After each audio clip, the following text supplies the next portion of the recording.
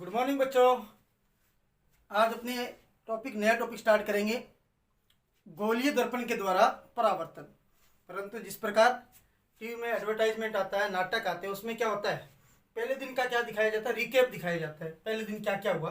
तो कल अपने क्या पढ़ा था, प्रकाश का परावर्तन और उसके नियम। परावर्तन में मोटा मोटी बात ये आई थी, प्रकाश कोई भी पुलिस के पृष्ठ से टकराता है, टकरा के उसी तल में लौट जाता है। फिर इसे नियम आए थे, आपतित किरण, परावर्तित किरण और एक यहाँ पे क्या खींचा था, अभिलंब। तीनों क्या होते हैं, एक ही तल में।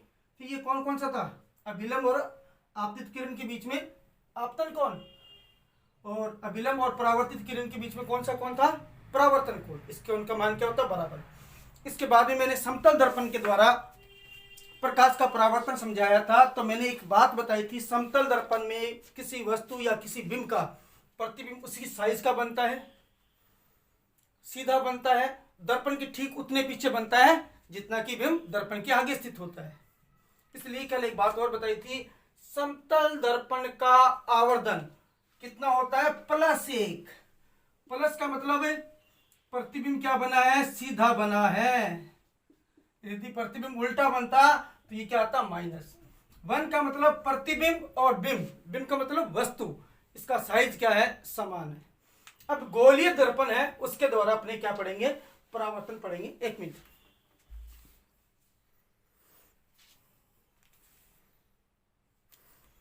गोलीय दर्पण के द्वारा परावर्तन पढ़ने से पहले गोलीय दर्पण होते क्या है। गोलीय दर्पण वे दर्पण होते हैं जिनकी परावर्तक सतह या पृष्ठ वक्राकार या गोलीय हो। जिस प्रकार मैं एक उदाहरण बताऊं, ये देखो, ये अर्धगोला है, एक्चुअली इसे थोड़ा सा और काट दो, इसके एक साइड में पॉलिश कर दें, यहां से प्रकाश टकराएगा तो ये क्या है, मुड़ा हुआ है, वक्राकार है। आगे समझ में। तो गोलीय दर्पण क्या होते हैं, वे दर्पण जिनकी परावर्तक सतह बोल दो, या क्या बोल दो कि पृष्ठ क्या होता है, वक्राकार या गोलीय होती है, क्या कहलाते हैं, गोलीय दर्पण कहलाते हैं। अब गोलीय दर्पण को समझने के लिए अपने घर में चम्मच होती है। चम्मच में 2 भाग होते हैं, अपने देखें जिस तरीके से, ये अपना मेरा हाथ ये रहा, इसके पीछे वाले भाग पे मैं क्या कर दूं, पॉलिश कर दूं, तो परावर्तक सतह क्या होगी, ये वाली होगी, खड्डे वाला भाग। तो मेन बात है कि यदि किसी दर्पण की परावर्तक सतह अंदर की ओर हो या गोले के केंद्र की ओर, देखो गोला इससे बनेगा, अपनी ये देखें इसको माने तो ये परावर्तक सतह अंदर वाली है, तो गोले के केंद्र किधर बनेगा, इधर ही बनेगा। उदाहरण के तौर पे ये देखो, ये इसके पॉलिश कर दिया, ये आपकी चम्मच मान लो, इस पर पॉलिश कर दी, तो इसकी जो परावर्तक सतह अंदर वाली है, अंदर की ओर, आगे समझ में, या गोले के केंद्र की ओर हो, केंद्र ये ना इस साइड में हो, इसे हम क्या बोलते हैं, अवतल दर्पण। दूसरा होता है ऐसे ये रहा, ऐसे गोलीय दर्पण जिनकी परावर्तक सतह क्या हो, उभरी हुई हो बाहर की ओर, ऐसे चम्मच का ऊपरा हुआ भाग, नीचे वाला अपने चम्मच खाते ना, एक तो खड्डे वाला भाग, एक ऊपरा हुआ भाग, ऊपरा हुआ भाग हो, उससे हम क्या बोलते हैं, उत्तल दर्पण बोलते हैं। उत्तल दर्पण में परावर्तक सतह है, इसमें पॉलिश तो क्या की जाती है, अंदर की ओर, ऊपरा हुआ भाग किसका कार्य करता है, परावर्तक सतह का कार्य करता है। इसके आधार पर इसे कितने भागों में बांटा गया, 2 भागों में गोलीय दर्पण को। कौन कौन से गोलीय दर्पण, 2 प्रकार के, अवतल दर्पण, दूसरा उत्तल दर्पण। देखो अपने याद करने का तरीका, ऐसे अवतल, ऐसे अंदर, अर्थात ऐसे दर्पण जिनकी परावर्तक सतह गोले के केंद्र की ओर हो या अंदर की ओर हो, गोले के अंदर की हो, उसे हम क्या बोलते हैं, अवतल दर्पण कहते हैं, खड्डे वाला भाग। और ऐसे दर्पण जिनकी परावर्तक सतह उभरी हुई हो, उन्हें हम क्या बोलते हैं, उत्तल दर्पण। वे दर्पण जिनकी परावर्तक सतह या पृष्ठ गोले के केंद्र की ओर हो, उससे क्या बोलते हैं? अवतल दर्पण कहते हैं।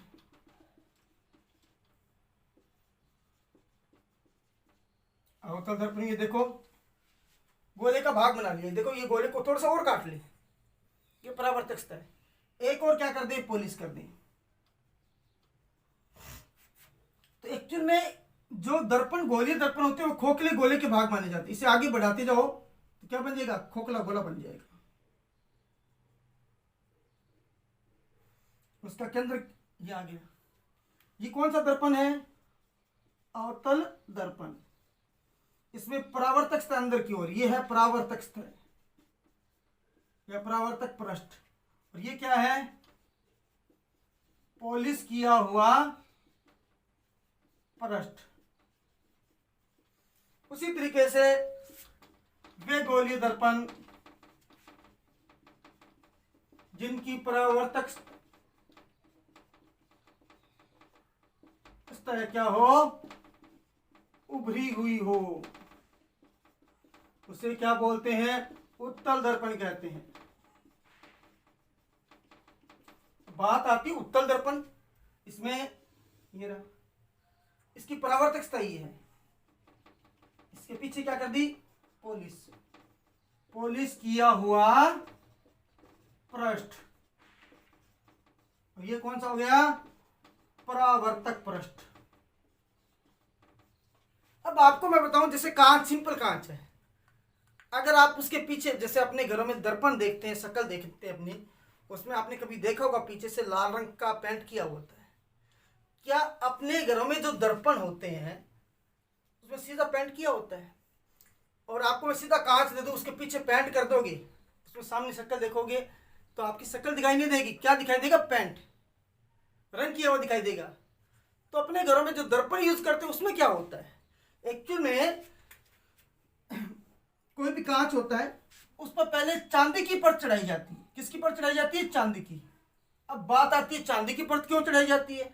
मैं आपको बता दूं, चांदी प्रकाश का श्रेष्ठ परावर्तक है, इसलिए दर्पण बनाने के लिए सिंपल कांच में पहले क्या किया जाता है? चांदी का लेप किया जाता है। उसके बाद उसके पीछे क्या किया जाता है? पेंट किया जाता है। पेंट करने के पीछे एक ही मकसद होता है, ताकि जो चांदी का गोल कांच पर चढ़ाया गया है वो उतरे ना। पेंट का और कोई रोल नहीं है। वो शक्ल दिखाई देती है, पेंट के कारण नहीं दिखाई देती, वो किसके कारण दिखाई देती है? चांदी के कारण, क्योंकि चांदी प्रकाश का श्रेष्ठ परावर्तक है। जैसे ही प्रकाश दर्पण पे टकराएगा, टकरा के वापस से लौट आएगा, उसी के कारण तो आपकी क्या होती है? शक्ल दिखाई देती है। आगे समझ में? अब मेन बात है, ये दर्पण तो आ गए, उत्तल दर्पण और अवतल दर्पण। इनकी परावर्तक पृष्ठ के आधार पर या सतह के आधार पर इन्हें दो भागों में बांट दिया गया है।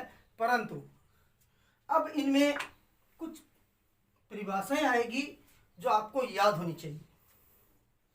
आज मेरे पास दर्पण नहीं है, मैं कल कैसे ही करके कहीं से दर्पण लेके आऊंगा। लेंस तो लेके आ गया, मैं कल आपको दर्पण जहाँ तक पॉसिबल हो सके मैं आपको दर्पण से प्रतिबिंब बनाना किस प्रकार बनाते हैं, उनकी परिभाषाएं किस, इसमें अलग अलग पद यूज होते हैं, वो कैसे किए जाते हैं, वो आपको समझाऊंगा। अब अपने बात आती है अवतल दर्पण। इसमें दर्पण में प्रयुक्त परिभाषाएं अपने को याद रखनी पड़ेगी। गोलीय दर्पण की व्याख्या में प्रयुक्त पद।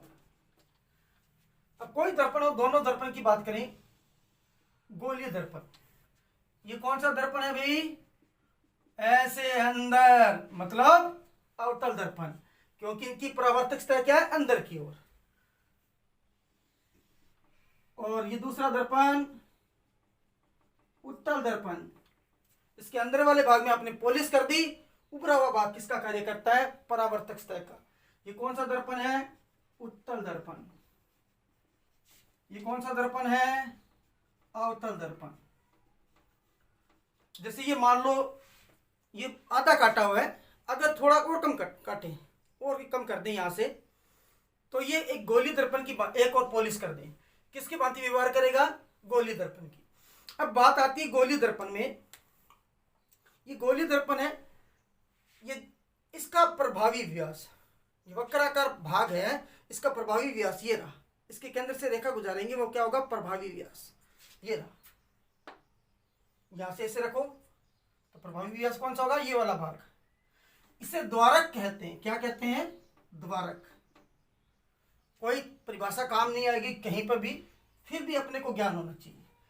अब मेन बात आती है इस गोलीय दर्पण का वास्तविक केंद्र। ये गोलीय दर्पण, इसका वास्तविक केंद्र क्या होगा, अंदर से देखेंगे तो ये बीच वाला भाग, ये देखो मैं पॉइंट बना रहा हूं, ये रहा। परावर्तक सतह यदि उभरी हुई है तो इसका बीच वाला भाग ये रहा, इसका वास्तविक केंद्र। आगे समझ में, वास्तविक केंद्र ये रहा। इस वास्तविक केंद्र को हम क्या बोलते हैं, ध्रुव बोलते हैं। किसी गोलीय दर्पण का वास्तविक केंद्र क्या कहलाता है, ध्रुव कहलाता है। इसे P से दर्शाते हैं, परिभाषाएं लिखेंगे। नंबर 2, वक्रता केंद्र। गोलीय दर्पण होते हैं किसके भाग माने जाते हैं, खोखले गोले के भाग माने जाते हैं। अब गोलीय दर्पण जिस खोखले गोले से संबंधित होता है, उस खोखले गोले का केंद्र, जैसे ये रहा, इसको पूरा बनाओगे, पूरा क्या बन जाएगा, खोखला गोला बन जाएगा। उसका केंद्र, ये इसका केंद्र रहा, इसे बोलते हैं वक्रता केंद्र। इसका गोला क्या बनेगा, इस साइड बनेगा। इसका वास्तविक केंद्र ये रहा। इसे किससे दर्शाते हैं, सी से, कैपिटल सी से दर्शाते हैं वक्रता केंद्र। 2 चीजें आ गई, तीसरी चीज भी आ जाएगी, वक्रता त्रिज्या।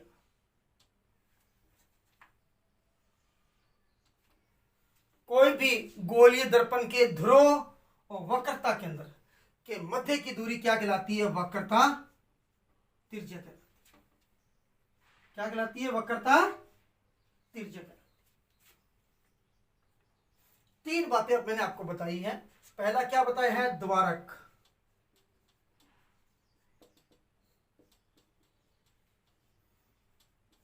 गोलीय दर्पण का प्रभावी व्यास या इसका परिधीय भाग है ना, उसका व्यास भी बोल सकते हैं। परिधीय भाग ये रहा, का प्रभावी व्यास या परिधीय भाग का व्यास क्या कहलाता है, द्वारक कहलाता है। काम नहीं आएगा। नंबर 2, ध्रुव। ध्रुव क्या होता है, यह ध्यान रखना है। ध्रुव को किससे दर्शाते हैं, पी, पोल। किसी गोलीय दर्पण का वास्तविक केंद्र, अवतल दर्पण का अंदर की ओर, उत्तल दर्पण का बाहर की ओर, वास्तविक केंद्र क्या कहलाता है, ध्रुव कहलाता है। किसी गोलीय दर्पण का वास्तविक केंद्र मतलब वक्राकार भाग, गोलीय दर्पण की वक्राकार भाग का केंद्र है। गोलीय दर्पण का या दर्पण के वक्राकार भाग का केंद्र, वक्राकार भाग का केंद्र, सेंटर क्या कहलाता है, ध्रुव कहलाता है। ध्रुव को किससे दर्शाते हैं, पी से।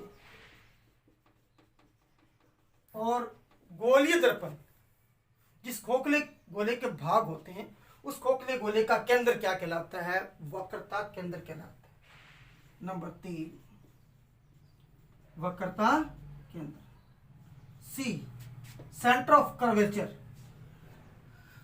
ठीक है, गोलीय दर्पण क्या होते हैं, खोखले गोले के भाग माने जाते हैं। उस खोखले गोले का केंद्र क्या कहलाता है, वक्रता केंद्र कहलाता है। क्या बात आएगी, गोलीय दर्पण क्या होते हैं, खोखले गोले का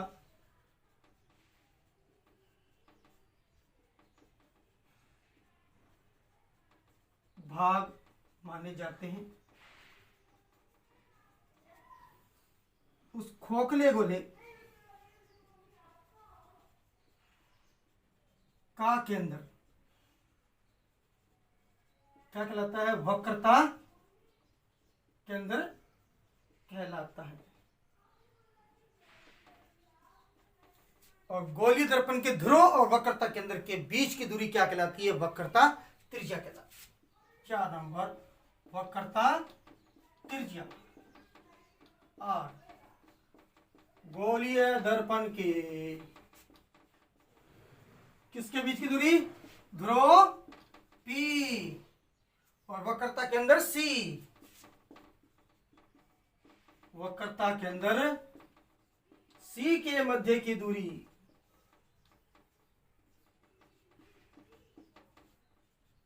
क्या कहलाती है? वक्रता त्रिज्या कहलाती है।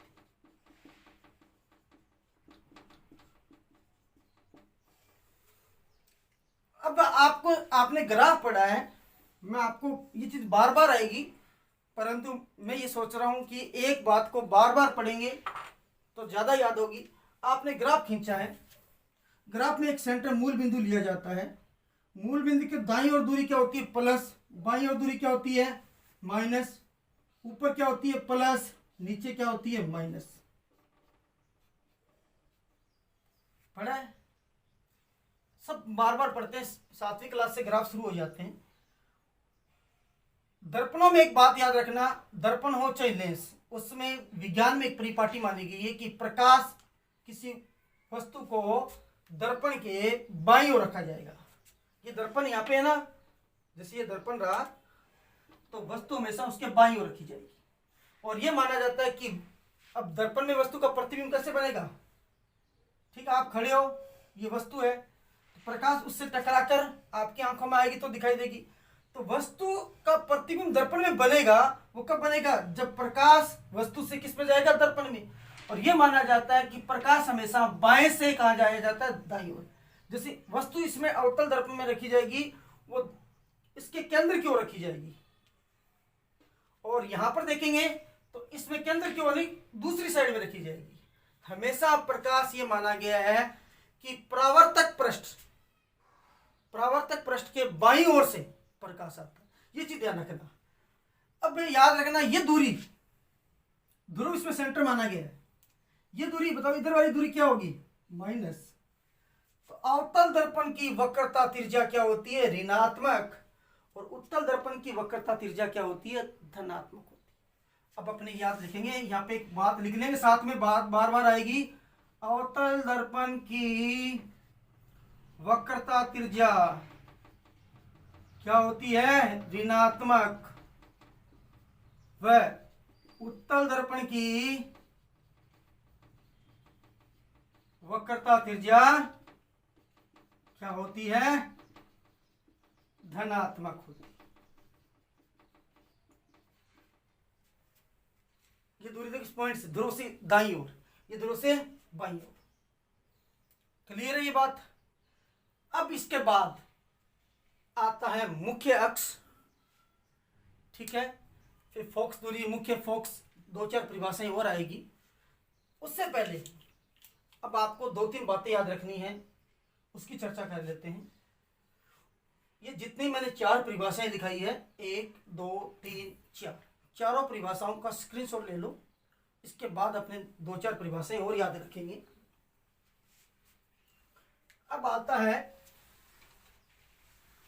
अवतल दर्पण को अभिसारी दर्पण भी कहते हैं।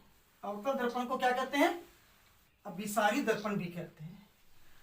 और उत्तल दर्पण को अपसारी दर्पण भी कहते हैं। अपसारण, अभिसारण, अभिसारण मतलब अभिकेंद्रित करने वाला, अपसारण मतलब फैलाने वाला। मैं आपको बताऊं,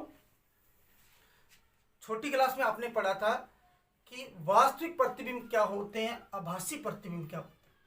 7वीं क्लास में सर ने हमें रटाया था कि उल्टा प्रतिबिंब बन गया तो वो क्या होगा? वास्तविक प्रतिबिंब। सीधा प्रतिबिंब है वो क्या होगा? आभासी होगा। और ये भी बताया जाता है कि वास्तविक प्रतिबिंब पर्दे पर प्राप्त किए जा सकते हैं, आभासी प्रतिबिंब पर्दे पर प्राप्त नहीं किए जा सकते। इसकी एक्टिविटी देखेंगे अपने, अगर हो गई तो मैं आपको वीडियो बना के भेजूंगा। अब बात ये आती है कि वास्तविक प्रतिबिंब बनेगा कब? किसी वस्तु का जब प्रतिबिंब उल्टा बनता है तो वो प्रतिबिंब ही बिंब ही क्या होता है, वास्तविक होता है, उससे पर्दे पे प्राप्त किया जा सकता है। कैसे है, इसके लिए कोशिश करेंगे, एक्टिविटी करेंगे। अंधेरे कमरे की आवश्यकता होती है, अगर सेट हो गया तो मैं आपको करके भेजूंगा। अब बात ये आती है कि अवतल दर्पण को अभिसारी दर्पण भी कहते हैं। उससे पहले अपने को एक दो चीजें याद रखनी पड़ेगी। ये अवतल दर्पण है, इसके उभरे हुए भाग पर आपने क्या कर दी, पॉलिश कर दी। ये क्या है, पॉलिश किया हुआ भाग, किया हुआ भाग या पृष्ठ। ये इसका क्या हो गया, ध्रुव हो गया। ये जिस गोले से संबंधित है उसका केंद्र क्या कहलाएगा, वक्रता केंद्र। और ध्रुव और वक्रता केंद्र से यहां पे लिख रहा हूं, पॉलिश किया हुआ पृष्ठ। अब बात आती है ध्रुव और वक्रता केंद्र से गुजरने वाली काल्पनिक रेखा। काल्पनिक रेखा की कोई लंबाई नहीं होती, कितनी लंबी कर दो,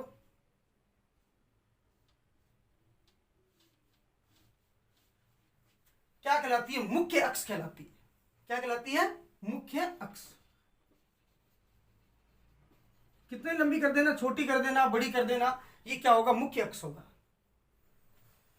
और मैंने आपको ग्राफ में भी बताया था, इसमें वस्तु को मुख्य अक्ष पर ही माना जाएगा। कोई वस्तु का प्रतिबिंब बनाएंगे तो वस्तु को कहां रखा जाएगा, मुख्य अक्ष पर। यहां रख देंगे, वक्रता केंद्र से दूर रख देंगे, वक्रता केंद्र पर रख देंगे, और परिस्थितियां भी आएगी, वो स्थितियां अपने आगे देखेंगे। ये तो हो गया मुख्य अक्ष। उसी प्रकार उत्तल दर्पण की बात करें, उत्तल दर्पण यहीं पे बना लेते हैं। इसका परावर्तक पृष्ठ क्या होता है, उभरा हुआ होता है, और पॉलिश किया हुआ पृष्ठ क्या होता है, खोखले गोले के केंद्र की ओर होता है, सी। और ये क्या होगा, ध्रुव। इसको मिलाने वाली रेखा तो क्या कहलाती है, वक्रता त्रिज्या। और मिलाने वाली काल्पनिक रेखा क्या कहलाएगी, मुख्य अक्ष। अब मेन बात आती है, ये अवतल दर्पण है, इससे क्या बोलते हैं, अभिसारी दर्पण। इसमें मुख्य अक्ष के समानांतर जितनी प्रकाश की किरणें आएगी, ये मुख्य अक्ष है, इसके समानांतर कितनी भी प्रकाश की किरणें आ जाए, सारी की सारी इससे टकराकर परावर्तित होगी। परावर्तित होकर एक बिंदु पर फोकसित हो जाएगी। मतलब अवतल दर्पण मुख्य अक्ष के समानांतर आने वाली प्रकाश की किरणों को परावर्तन के पश्चात अभिसारित कर देता है, इकट्ठी कर देता है। इसलिए इसका नाम क्या रखा गया, अभिसारी दर्पण। ये मुख्य अक्ष के समानांतर आने वाली प्रकाश की किरणें, ये कौन सी किरणें मानी जाएगी, आपतित किरणें। और परावर्तन के पश्चात ये अभिसारित हो जाएगी, इकट्ठी हो जाएगी। प्रकाश आया टकरा के। अब इसका बढ़िया उदाहरण बताऊं, अगर आपको अवतल दर्पण मिल जाता है, मैं भी शायद कोशिश करूंगा, कल लेके आऊंगा। अवतल दर्पण को आप सूरज की ओर रखो और उसको इस तरीके से करो, उससे प्रकाश आएगा, उससे टकराकर अनंत दूरी से आ रहा है प्रकाश, बहुत सारी प्रकाश की किरणें आ रही, टकराकर सामने अंधेरे में दीवार वगैरह, अंधेरे की जरूरत नहीं है, वैसे भी दिखेगा आपको, एक छोटा सा बिंदु दिखाई देगा। जिस प्रकार छोटे बच्चे थे तो अपने क्या किया, सूर्य के प्रकाश को लेंस लिए था, मोटे उत्तल लेंस, जो किनारों से पतला, बीच में से क्या था, मोटा, उसको लेकर आपने कागज भी जलाया है, अपने दोस्तों की चमड़ी भी जलाई है। वो क्या करता है, सूर्य का जो प्रकाश आता है वो लेंस उसे क्या कर देता है, अभिसारित कर देता है। आपने छोटे बच्चों ने जो एक्टिविटी की थी वो तो उत्तल लेंस था, मैं दर्पण की बात कर रहा हूँ। दर्पण भी यह उत्तल दर्पण है, उसमें क्या करो, सूर्य का प्रकाश आएगा, उससे टकराएगा और क्या होगा, परावर्तित। परावर्तित होकर वो किसी दीवार के पास या फर्श पे देखोगे, आपको बिंदु जैसी संरचना दिखाई देगी, वो एक्चुअल में सूर्य का प्रतिबिंब होता है। वो सूर्य से आने वाली प्रकाश की किरणों को क्या कर देता है, अभिसारित कर देता है। इसलिए इसका नाम क्या रखा गया है, अभिसारी दर्पण। और उत्तल दर्पण क्या करता है, मुख्य अक्ष के समानांतर आने वाली प्रकाश की किरणों को फैला देता है। ये प्रकाश की किरणें आई, इसको ये क्या करेगा, फैला देगा।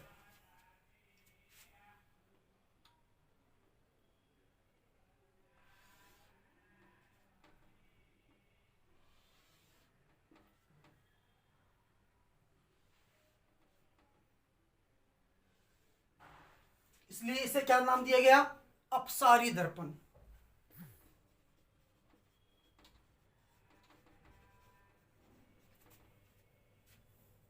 ठीक है, तो मेन बात है, पहले मुख्य अक्ष क्या होता है? किसी दर्पण के कौन सा भाग है? ध्रुव और वक्रता के अंदर, ध्रुव P व वक्रता के अंदर C को मिलाने वाली रेखा। रेखा की कोई लंबाई निश्चित नहीं होती, रेखा खंड अलग आता है। रेखा को क्या बोलते हैं? मुख्य अक्ष कहते हैं। और अवतल दर्पण मुख्य अक्ष के समानांतर आने वाली प्रकाश की किरणों को एकत्रित कर देता है, इकट्ठी कर देता है, इसलिए इसे क्या कहते हैं? अभिसारी दर्पण कहते हैं। अवतल दर्पण क्या करेगा? मुख्य अक्ष के समांतर आने वाली प्रकाश की किरणों को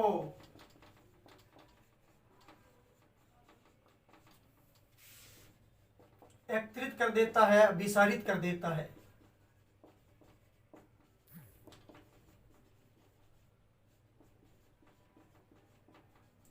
अतः इसे क्या बोलते हैं? अभिसारी दर्पण भी कहते हैं।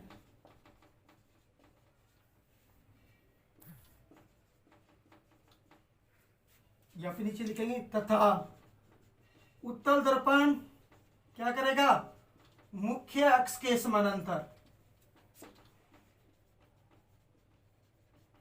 आने वाली प्रकाश की किरणों को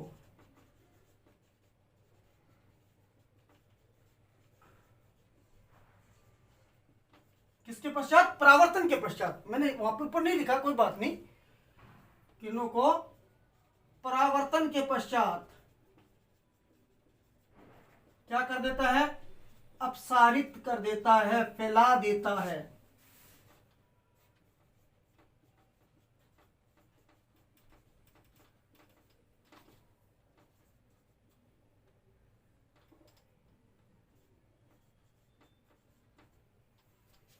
अतः इसे क्या बोलते हैं? अपसारी दर्पण कहते हैं।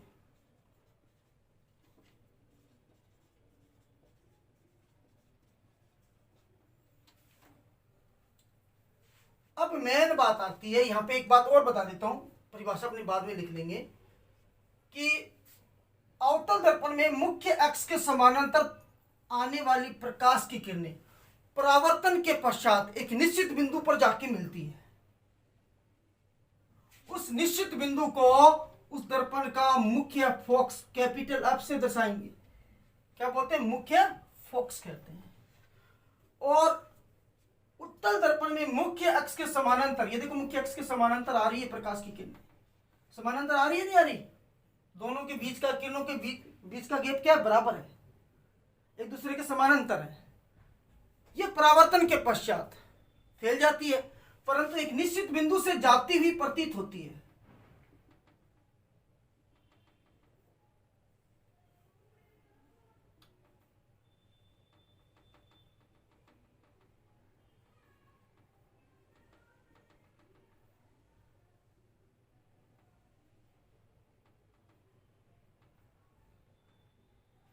थोड़ा सही नहीं बैठा, कोई बात नहीं।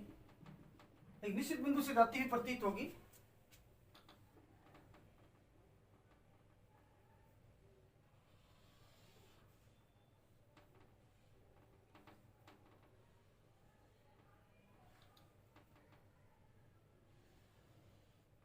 उस निश्चित बिंदु को हम क्या बोलेंगे? उत्तल दर्पण का मुख्य फोकस। अब मुख्य फोकस की परिभाषा पूछी जाएगी। अवतल दर्पण के मुख्य फोकस को समझाइए, उत्तल दर्पण के मुख्य फोकस को समझाइए। दोनों की परिभाषा एक जैसी लिख देते हैं, गलत होता है।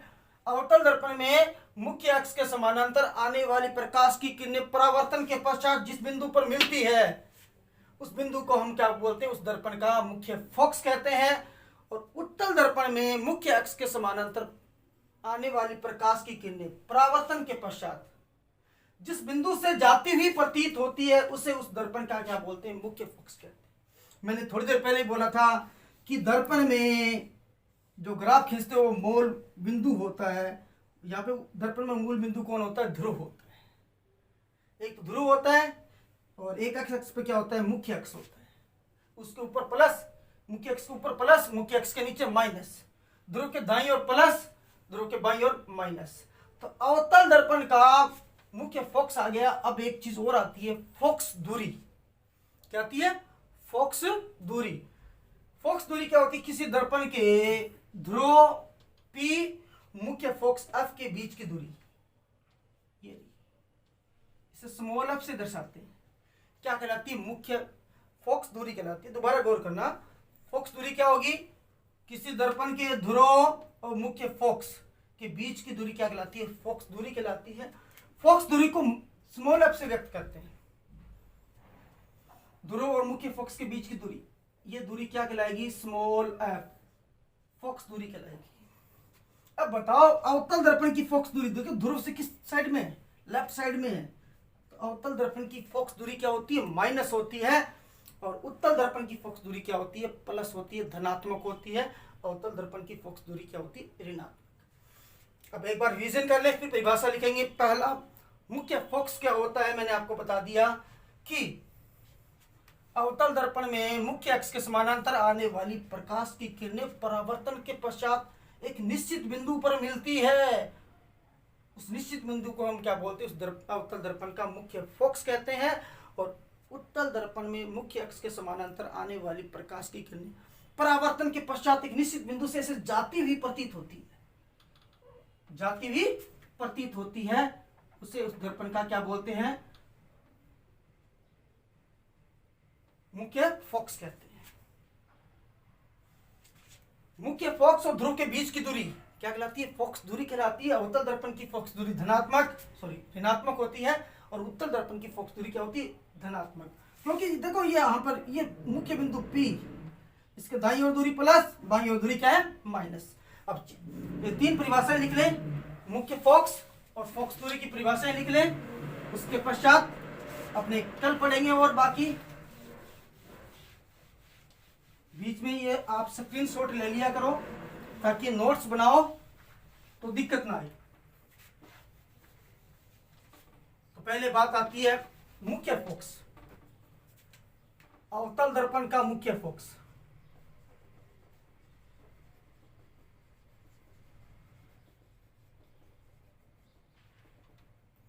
अवतल दर्पण में क्या होगा? मुख्य अक्ष के समानांतर आने वाली प्रकाश की किरणें परावर्तन के पश्चात जिस बिंदु पर मिलती है, फोकसित होती है, उसे क्या बोलते हैं? उस दर्पण का मुख्य फोकस कहते हैं। अवतल दर्पण में क्या होगा? मुख्य अक्ष के समानांतर आने वाली, मुख्य अक्ष के समानांतर आने वाली प्रकाश की किरणें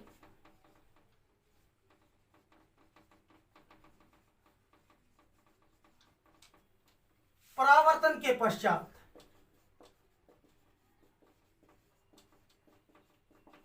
जिस बिंदु पर मिलती है उसे अवतल दर्पण का क्या कहते हैं? मुख्य फोकस। किससे दर्शाते हैं? कैपिटल F कहते हैं। और उत्तल दर्पण में क्या होगा भैया? उत्तल दर्पण में मुख्य अक्ष के समानांतर, मुख्य अक्ष के समांतर आने वाली प्रकाश की किरणें, आने वाली प्रकाश की किरणें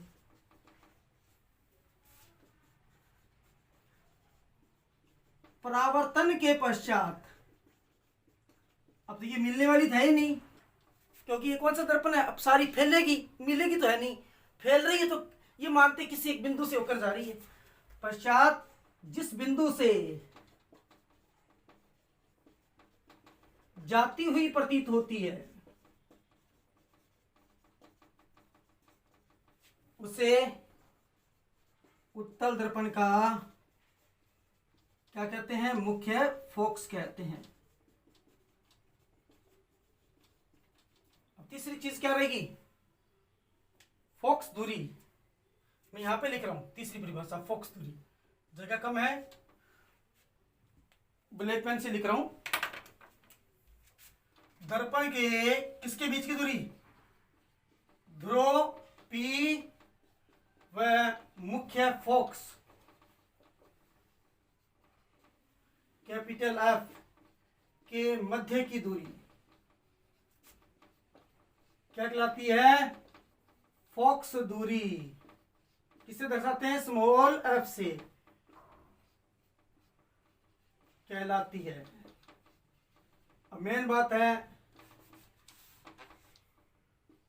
अवतल दर्पण की फोकस दूरी क्या होती है? ऋणात्मक। उत्तल दर्पण की धनात्मक। फोकस दूरी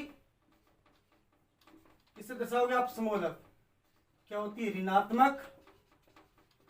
व उत्तल दर्पण की फोकस दूरी स्मॉल एफ क्या होती है? धनात्मक होती है। एक चीज हो रहेगी, जगह अपने पास कम है, फिर भी अपने लिखेंगे। एक चीज ये रहेगी कि फोकस दूरी वक्रता त्रिज्या की सदैव आधी होती है। वक्रता त्रिज्या क्या होती है? ध्रुव और वक्रता के अंदर के बीच की दूरी क्या कहलाती है? वक्रता त्रिज्या। और फोकस दूरी हमेशा वक्रता त्रिज्या की आधी होती है। देखो इस डायग्राम में दिख रहा है। ये प्रूव करना भी आता है, हायर क्लास में आता है। 12th क्लास में आप जाओगे, कोई साइंस लेगा, फिजिक्स में पढ़ोगे आप। परंतु अब अपने को ये चीज ध्यान में रखनी पड़ेगी कि फोकस दूरी वक्रता त्रिज्या की आधी होती है। ये अपने कल लिखेंगे। इसके बाद अपने अवतल दर्पण पर के सामने विभिन्न दूरियों पर अपनी वस्तु रख देंगे तो उसका प्रतिबिंब कैसा बनेगा? सीधा बनेगा, उल्टा बनेगा, वस्तु से छोटा बनेगा या बड़ा बनेगा? इस सब की चर्चा अपने कल करेंगे।